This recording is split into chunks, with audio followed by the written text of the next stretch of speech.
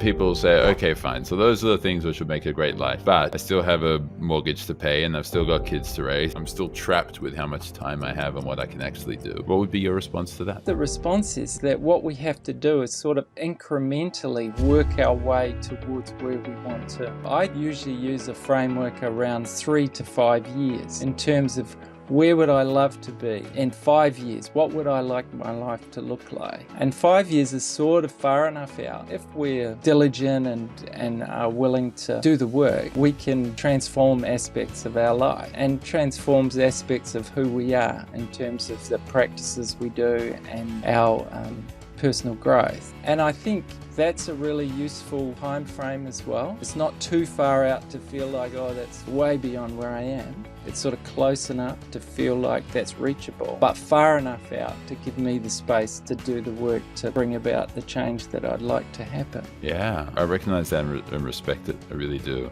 And I guess that the reason why most people struggle to do it is because they're busy living life looking in the rearview mirror. Like they're saying, oh, but I haven't done anything in the last 5 years. The next 5 years are going to be exactly the same. Is that the main kind of resistance you get to that type of activity? No, I think people love to do that, to be honest. It's just like when I'm doing an exercise like that with a client, it's just creating the space for them to not feel at all attached to what they're sort of creating in terms of a vision of how they'd like their life to be.